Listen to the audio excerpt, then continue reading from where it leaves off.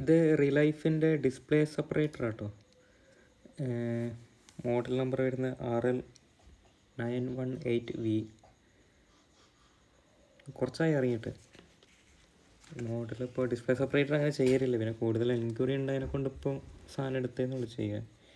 പിന്നെ ബ്രാൻഡഡ് അല്ലാത്ത സാധനങ്ങൾ കുറേ ചെയ്തിരുന്നു, പ്രത്യേകിച്ച് ഒരു കമ്പനി ബ്രാൻഡ് അല്ലാത്ത പല പേരിലും വന്ന സാധനങ്ങളും, പക്ഷെ അതൊന്നും പിന്നെ അത്ര വലിയ പെർഫെക്റ്റ് ആയിട്ടില്ല. പിന്നെ ട്രയാങ്കിളിലൊക്കെ ചെയ്തിരുന്നു, അതിന് കോപ്പി OG രണ്ടും വന്നു തുടങ്ങി മനസ്സിലാവാത്ത വിധത്തിൽ. പിന്നെ അതിൻ്റെ ശേഷം അതും പിന്നെ എടുക്കാതെ. ഇതിപ്പോൾ റിലൈഫിൻ്റെ ഒറിജിനലാന്ന് പറഞ്ഞതിനെ കൊണ്ട് ഇപ്പോൾ എടുത്തതാണ്. സാധാരണ വന്നുകൊണ്ടിരുന്നത് ഒരു കോയിലേ ഉണ്ടാവുള്ളൂ ഹീറ്റാക്കാനുള്ള. ആ സെപ്പറേറ്ററിൻ്റെ സെൻറ്ററിൽ കൂടെ നോക്കിയാൽ കാണാം 2 വയറ് കോയിൽ ഉണ്ടാവുള്ളൂ അധികം. പക്ഷേ ഇതിന് 2 കോയിൽ വരുന്നുണ്ട്, അപ്പോൾ ഇതിനെ കൊണ്ട് പെട്ടെന്ന് ചൂടാവുന്നുണ്ട്. മറ്റേനെക്കാട്ടിയും റേറ്റ് കൂടുതലാണ്. ബ്രാൻഡഡ് സാധനം പിന്നെ അങ്ങനെ അധികം ആൾക്കാർ ചെയ്യില്ല. നോർമലായിട്ട് വരുന്ന ഒരു പ്രോഫിറ്റ് ബ്രാൻഡഡിൻ്റെ മുകളിൽ എടുക്കാൻ കഴിയില്ല. അപ്പോൾ അതിനെ കൊണ്ട് അങ്ങനെ ബ്രാൻഡഡ് ആരും ചെയ്യാത്തത് ചില സാധനങ്ങളൊന്നും. പിന്നെ കുഴപ്പമില്ല കേട്ടോ, അത്യാവശ്യം നല്ല വെയിറ്റ് ഉണ്ട്, പിന്നെ പെട്ടെന്ന് ചൂടാവുന്നുണ്ട്. പിന്നെ ഡിസ്പ്ലേൻ്റെ ഐഫോണിൻ്റെ ഒക്കെ ഫ്രെയിം റിമൂവ് ചെയ്യാൻ സെപ്പറേറ്റ് ടൂൾ ഞാൻ ആദ്യം നമ്മൾ ഉപയോഗിച്ചിരുന്നു. പക്ഷേ അതിൻ്റെ സൈഡിൽ വെച്ചിട്ട് ചെയ്യാൻ പറ്റും. ഞാൻ ആ വീഡിയോൻ്റെ ലാസ്റ്റിൽ ആ ഫോട്ടോ ഇടാം. ഡിസ്പ്ലേ ഇടുന്ന ഫ്രെയിം ഒരു കട്ടിങ് കണ്ടില്ല അവസാന ഭാഗത്തൊക്കെ ആയിട്ട്, ഡിസ്പ്ലേ വെക്കുന്നതിൻ്റെ 2 സൈഡിലായിട്ട് ആ കട്ടിങ്ങിൽ വെച്ചിട്ട് ഫ്രെയിം മാത്രം റിമൂവ് ചെയ്തെടുക്കുക. അത് കുറച്ചൊരു യൂസ്ഫുള്ളാണ്. പക്ഷേ പിന്നെ പവർ ബട്ടൺ വരുന്ന അത്യാവശ്യം നല്ല വലിയ ബട്ടനാണ്. പിന്നെ വാക്കം സെപ്പറേറ്റ് ഉള്ള മോഡലാണ്, എന്ന് വെച്ചാൽ ടെമ്പറേച്ചർ ഇല്ലാതെ വാക്കം മാത്രം വർക്ക് ചെയ്യിക്കാൻ പറ്റും, അതും ചില മോഡലിലില്ല. പിന്നെ മെയിനായിട്ടുള്ള കാര്യം അതിൻ്റെ മാറ്റ് ഉണ്ടല്ലോ, വൈറ്റ് ഈ ഇതിൻ്റെ മുകളിൽ വെക്കുന്ന ആ മാറ്റിന് ലോക്കിങ് വരുന്നുണ്ട്. താഴത്ത് 3, മുകളിൽ രണ്ട് ഭാഗത്ത് സൈഡിലായിട്ടൊരു ക്ലിപ്പ് മാതിരി ലോക്കിങ് വരുന്നുണ്ട്. അപ്പോൾ അത് ഊരുന്ന സമയത്ത് ആ റബ്ബറിൻ്റെ ഗ്രിപ്പ് സ്റ്റാർട്ടിങ് ഒന്നും എന്തായാലും സെപ്പറേറ്റ് ആയി വരില്ല. അപ്പോൾ ഇതിനെ കുറേ ഉപയോഗിക്കുന്നതനുസരിച്ചിട്ട് അതിൻ്റെ ആ പവർ പോയി ഈ ഗ്ലാസിൻ്റെ പൊടി ഉള്ളിലേക്ക് വീണിട്ടൊക്കെ അത്ര ഫസ്റ്റ് വാങ്ങിയ സമയത്ത് മാതിരി പിടിച്ച് നിൽക്കില്ല. പിന്നെ അത് ചെയ്യുന്ന സമയത്ത് തന്നെ ആ ഡിസ്പ്ലേ റബ്ബർ രണ്ടും കൂടി ഇങ്ങോട്ടൊക്കെ ഊരി വന്നു പോകും. അത് വലിയൊരു ബുദ്ധിമുട്ടാണ്. അപ്പോൾ അതിന് പരിഹാരമായിട്ട് അവർ ചെയ്തതായിരിക്കും അങ്ങനെ. എല്ലാ ഭാഗത്തും ചെറിയൊരു കട്ടിങ് ആയിട്ട് ആ റബ്ബറിൻ്റെ ബുഷ് താഴത്തേക്ക് ഇറങ്ങി നിൽക്കുന്നുണ്ട്. അപ്പോൾ അതൊരു യൂസ്ഫുള്ളാണ്. പിന്നെ 2 കോയിൽ വരുന്നതിനെ കൊണ്ട് ആ സൈഡ് ഭാഗം നല്ല ചൂടാവുന്നുണ്ട്. സാധാരണ സെൻറ്ററിലാണ് ഇതുവരെ നിങ്ങളെ കയ്യിൽ ഉപയോഗിക്കുന്നവരുണ്ടെങ്കിൽ ആ സെൻറ്ററിലാണ് ആ കോയിൽ വരുന്നത് സാധാരണ വരുന്നത് സെപ്പറേറ്ററിൻ്റെ. പക്ഷേ ഇത് 2 സൈഡിൽ നിന്നാണ് ടെമ്പറേച്ചർ സെൻറ്ററിലേക്ക് വരുന്നത്. അപ്പോൾ അതിനെക്കൊണ്ട് ആ ഡിസ്പ്ലേയിൽ ബ്ലാക്ക് ഡോട്ട് അങ്ങനെ വരാൻ സാധ്യത വളരെ കുറവാണ്. ഊരുന്ന സമയത്ത് അധികം ചൂടായിട്ട് ഡിസ്പ്ലേയിൽ ബ്ലാക്ക് ഡോട്ട് വരുമല്ലോ, അതിന് സാധ്യത കുറവാണ്. കാരണം വെച്ചാൽ 2 സൈഡിൽ നിന്ന് ചൂട് അങ്ങോട്ടും ഇങ്ങോട്ടും വരുന്നതിനെ കൊണ്ട്. പക്ഷെ ഞാനൊക്കെ ചിലത് ആ LED അല്ലാതെ തന്നെ LED ആകുമ്പോൾ നല്ല ടെമ്പറേച്ചറിലാണ് വരുന്നത്, വലിയ പ്രശ്നമൊന്നും വരത്തില്ല. പക്ഷെ LED അല്ലാതെ LCD അറിയാതെ ടെമ്പറേച്ചർ കൂടി ഊരി കഴിഞ്ഞാൽ അപ്പം ബ്ലാക്ക് ഡോട്ട് വരും. പിന്നെ അത് ബബിൾ റിമൂവറിലിട്ടിട്ട് ഒരുപാട് സമയം എടുത്തിട്ടാണ് പോക്കൽ. അപ്പോൾ അതിനൊക്കെ ഒരു പരിഹാരമായിരിക്കും ഈ 2 സൈഡിൽ നിന്നും ടെമ്പറേച്ചർ ഇങ്ങോട്ട് വരുന്ന സമയത്ത്.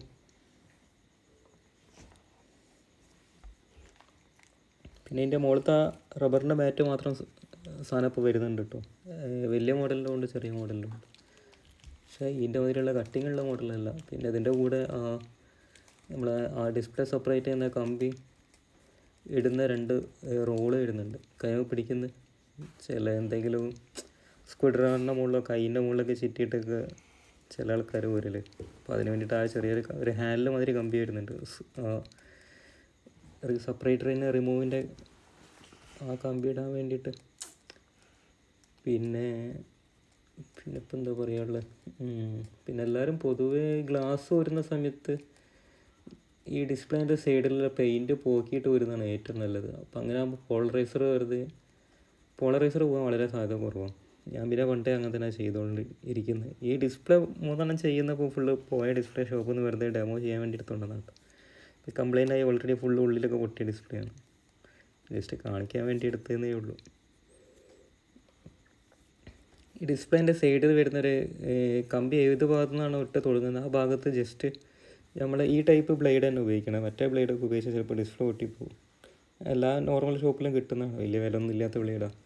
ഇത് ഉപയോഗിച്ചിട്ട് ആ പെയിൻറ്റ് ചുരണ്ടി പോക്കിയതിൻ്റെ ശേഷം ഗ്ലാസിൻ്റെ മുകളിൽ ഉണ്ടാവില്ല, ഇപ്പോൾ ബ്ലാക്ക് വൈറ്റ് ഗോൾഡ് കളറൊക്കെ വരുന്നില്ലേ, ആ കളറ് ചുരണ്ടി പോക്കിയതിൻ്റെ ശേഷം മാത്രം കമ്പിയിട്ട് വരുന്നതായിരിക്കും ഏറ്റവും ബെറ്റർ. അങ്ങനെ ആകുമ്പോൾ പോളറൈസർ തിരികെ പോകില്ല. ഇപ്പം പോളറൈസർ പോയാൽ ആ ഫ്രണ്ടിൽ ചില ക്യാമറ ഒക്കെ ഇപ്പോൾ വരുന്നില്ല, ഇതിലിപ്പോൾ ഒരു ഡിസ്പ്ലേ ഉണ്ടല്ലോ ഉള്ളിൽ വരുന്ന ടൈപ്പ്, അതൊക്കെ ഭയങ്കര ബുദ്ധിമുട്ടല്ലേ പോളറൈസർ പോയി മാറ്റാൻ. അത് നമുക്ക് ആ പേപ്പർ കട്ടിങ് ഇല്ലേ, പേപ്പർ ഹോൾ ചെയ്യുന്ന അത് വെച്ചിട്ട് കട്ട് ചെയ്തിട്ട് പോളറൈസർ ഹോൾ ചെയ്യുക കേട്ടോ, ഓസിയെ ഹോൾ ചെയ്യുക. അങ്ങനെയൊക്കെ പല ആൾക്കാർ പല വിധത്തിലാണ് ഹോൾ ചെയ്യുക. പിന്നെ പോസിയെ വരുന്ന ഗ്ലാസ് വരുന്നതിനെ കൊണ്ട് ഇപ്പോൾ അത്ര വലിയ പ്രശ്നം ഉണ്ടാവില്ല, അത് വാങ്ങുന്നതിനെ കൊണ്ട്. പിന്നെ അതേപോലെ നമ്മൾ UV ഗ്ലൂ ഇട്ടിട്ട് അവിടെ ഉണക്കിയെടുത്തിട്ട് അങ്ങനെ ഗ്ലാസ് വെക്കുക. കുറേ മെത്തേഡ് ഉണ്ട് ഈ ഡിസ്പ്ലേൻ്റെ ഉള്ളിൽ ക്യാമറ വരുന്ന ഹോളിൽ ഇടാൻ വേണ്ടിയിട്ട്.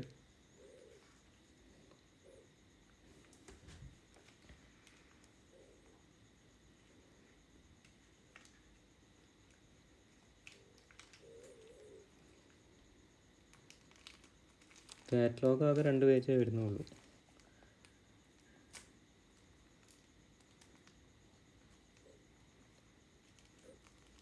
പിന്നെ 2 ഭാഗത്ത് ആ കട്ടിങ് വയറിൻ്റെ റോള് വരുന്നത്, അതൊന്നും അങ്ങനെ ആരും ഉപയോഗിക്കുന്നുണ്ട് എനിക്ക് തോന്നുന്നില്ല.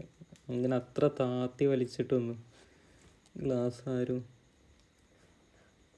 ഊരലുണ്ടെന്ന് തോന്നുന്നില്ല, അതിൻ്റെ ആവശ്യം ശരിക്കും ഇല്ല. ആ 2 ഭാഗത്ത് കട്ടിങ് വരുന്നില്ലേ, റോള് മാതിരി കോയിൽ മാതിരി തിരിയുന്ന, പല ആൾക്കാരെ പല മാതിരി ആയിരിക്കും. ഞാൻ ഈ സെപ്പറേറ്റ് ഉപയോഗിക്കുന്ന കമ്പി നല്ല കമ്പി കേട്ടോ, ബാക്കിയുള്ള ഏത് ബ്രാൻഡിനെക്കാട്ടി അത്ര പെട്ടെന്ന് പൊട്ടി പോകില്ല, കുറേ കാലം ലൈഫും കിട്ടും. പിന്നെ ചില മോഡലൊക്കെ പാക്കറ്റ് പൊളിച്ച് വെച്ചാൽ ഒരാഴ്ചനെ കൊണ്ട് തന്നെ കളറ് മാറിപ്പോയി.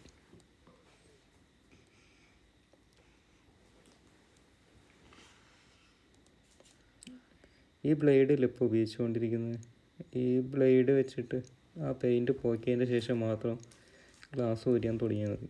അത്ര ശ്രദ്ധിച്ച് ചെയ്യണം. പിന്നെ പോയ ഡിസ്പ്ലേനെ കൊണ്ട് അത്ര കെയർ ചെയ്യാതെ ചെയ്യുന്നു. മറ്റേതാ ബ്ലേഡ് അതിൻ്റെ ഉള്ളിലോട്ട് അങ്ങോട്ട് കയറി ഡിസ്പ്ലേ പൊട്ടി പോകും. ഇതന്നെ വെച്ചിട്ട് ആ ഫ്രെയിമൊക്കെ കട്ട് ചെയ്തെടുക്കാൻ സുഖം കേട്ടോ. ഐഫോണിൻ്റെ ഈ 7, 6, 6S ഒക്കെ ഫ്രെയിമിൻ്റെ ചൂടാക്കി കഴിഞ്ഞിട്ട് അങ്ങോട്ട് ചെറിയ പീസ് പോകണമെന്നുണ്ടെങ്കിൽ ഈ ബ്ലേഡ് വെച്ച് അങ്ങോട്ട് കട്ട് ചെയ്തെടുത്താൽ സുഖമായിട്ട് കിട്ടും.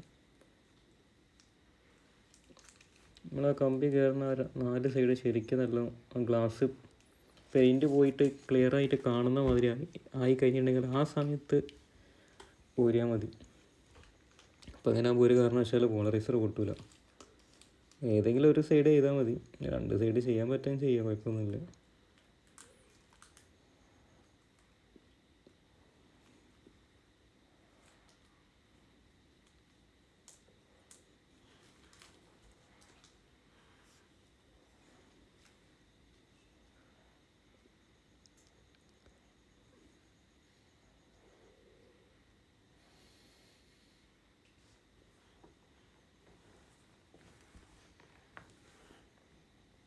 അത്യാവശ്യം നല്ല ചൂട് തന്നെ വരുന്നുണ്ട് കേട്ടോ. ഞാൻ 90-ലിട്ടിട്ട് 120 ടെമ്പറേച്ചർ വരെ പോകുന്നുണ്ട്.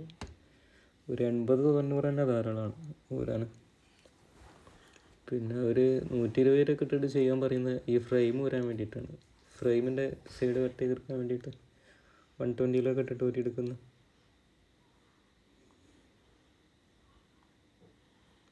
എന്ത് സാധനം ബ്രാൻഡഡ് ആകുമ്പോൾ ആ ഒരു പെർഫോമൻസ് എന്തായാലും വ്യത്യാസം ഉണ്ടാവും. നോർമലായിട്ട് വരുന്നു, ബ്രാൻഡായിട്ട് വരുന്നു.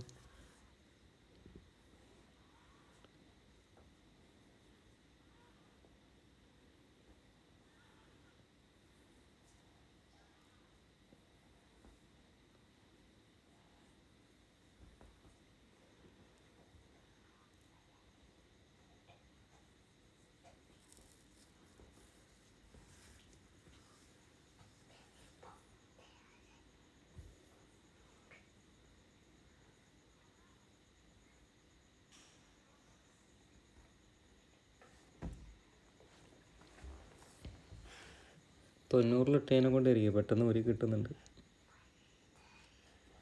പിന്നെ ധൈര്യമായിട്ട് പോയ ഡിസ്പ്ലേ അല്ലേ.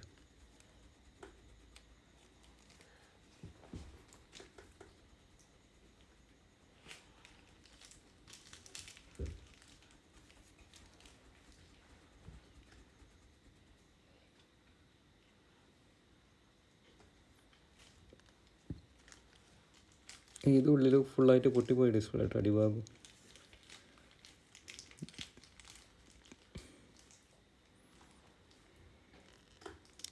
ഈ ഡിസ്പ്ലേൻ്റെ സൈഡ് ശരിക്കും ആ പെയിൻറ്റ് പോക്കിയതിൻ്റെ ശേഷം മാത്രം തുടങ്ങിയാൽ മതി. മറ്റേത് പോളറൈസർ പോയാൽ അത്ര മെനക്കെട ഉണ്ടാവും. അത് സെറ്റ് ചെയ്ത് കൊണ്ടുവരാൻ. ഇങ്ങനെ ക്യാമറ വരുന്ന ഡിസ്പ്ലേകൾ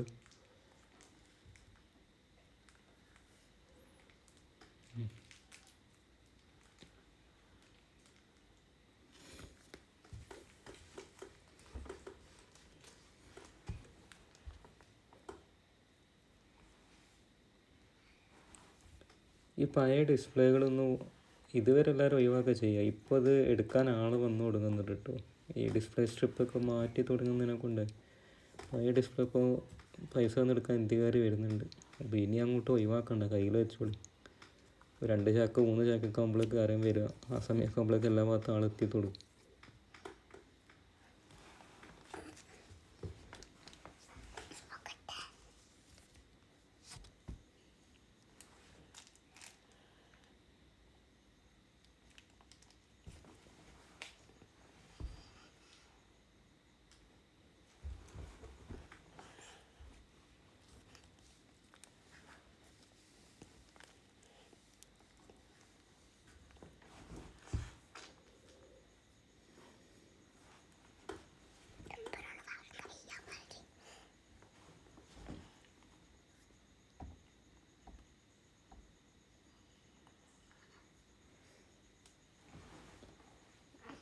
ഇതും പെട്ടെന്ന് ഊരി കിട്ടിയിരിക്കണം. പക്ഷേ അത് ആ ഡിസ്പ്ലേ അടിഭാഗം പൊട്ടിയതിനെ കൊണ്ട് അതിൻ്റെ ഉള്ളിൽ കൂടെ കയറിയിട്ടാണ് പുറത്തേക്ക് വന്നത്.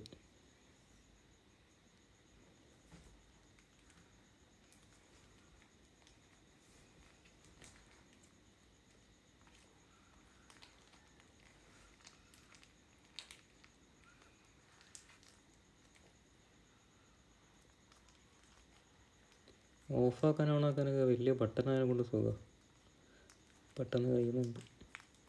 പിന്നെ കൺട്രോളിങ് നല്ല സ്പീഡാണ് കേട്ടോ. മറ്റേ ഈ ചില മോഡൽ ആ ചെറിയൊരു മീറ്റർ വരുന്ന ടൈപ്പൊക്കെ ഉണ്ടായിരുന്നല്ലോ, അതൊക്കെ ആ ബട്ടൻ്റെ മുകളിൽ കയറി നിൽക്കേണ്ടി വരും അമർത്തി കഴിഞ്ഞാൽ ഒന്ന് അങ്ങോട്ടും ഇങ്ങോട്ടും പോകാൻ. പക്ഷെ ആ ഒരു പ്രശ്നമൊന്നുമില്ല കേട്ടോ. ഇത് പെർഫെക്റ്റായിട്ട് വർക്ക് ചെയ്യുന്നുണ്ട് ഈ 5 ബട്ടൺ ഒറ്റ ക്ലിക്കിൽ തന്നെ.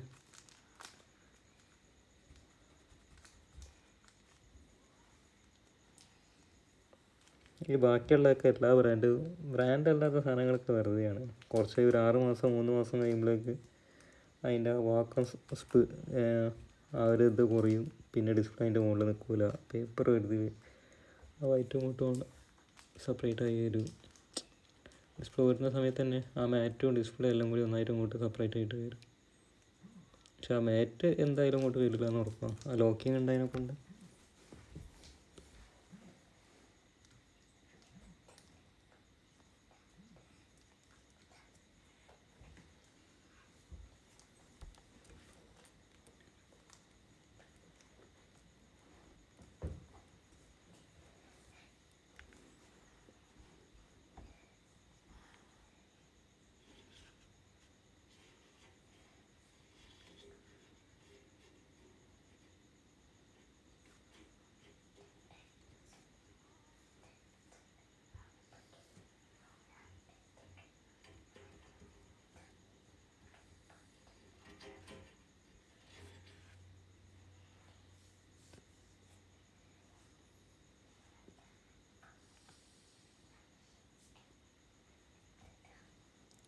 ഇതും പിന്നെ പെട്ടെന്ന് അങ്ങോട്ട് ഒരു കിട്ടുന്നുണ്ട്.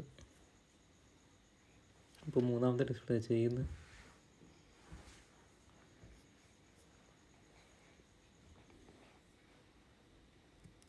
ഇനി ഫ്യൂസ് വരുന്നുണ്ട് കേട്ടോ. എല്ലാ മോഡലിലും വരുന്നതാണ്, പക്ഷെ എല്ലാവർക്കും അറിയുമോയെന്നറിയില്ല. നമ്മളാ ബാക്കിൽ ആ പവർ കേബിൾ കണക്ട് ചെയ്യുന്നതിൻ്റെ അടുത്ത് തന്നെയായിട്ട് ചെറിയൊരു ഫ്യൂസ് വരുന്നുണ്ട്.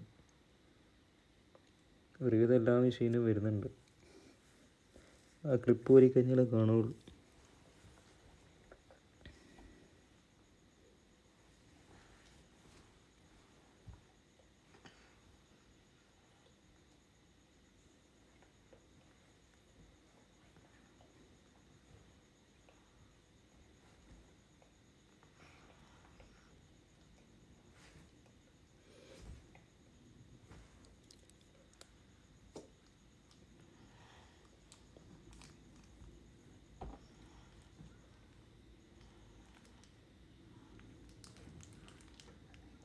ഞാൻ പറഞ്ഞ 2 കോയിൽ അതാ, 2 ഭാഗത്തേക്ക് 2 സൈഡിലാണ് കോയിൽ വരുന്നത്. അധികം സെൻറ്ററിലാണ് കോയിൽ വരിക. ശരിക്കും ഇതിൻ്റെ അടിഭാഗത്ത് കൂടെ നോക്കിയാൽ തന്നെ കാണാം.